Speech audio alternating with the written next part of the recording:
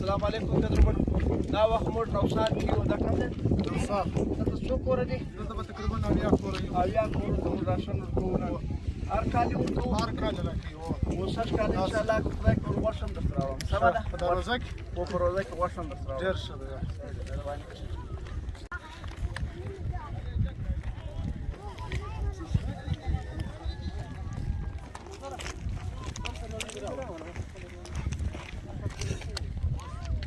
کومه علاقه ده؟ د اغبرګ نوسار علاقه ده. دلته څو کور ته اوس راشن؟ 60 کوره. 60 کوره دي.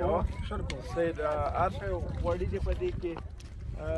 پراته وریځې دي تقریبا 10 کیلو او غوړي دي 50 کیلو وي. سرونه السلام علیکم. دا وخت 80 کوره دي په نوسار کې. کوچیان دي. دا دې ته موږ راشن ورکوو. دا راشد دي.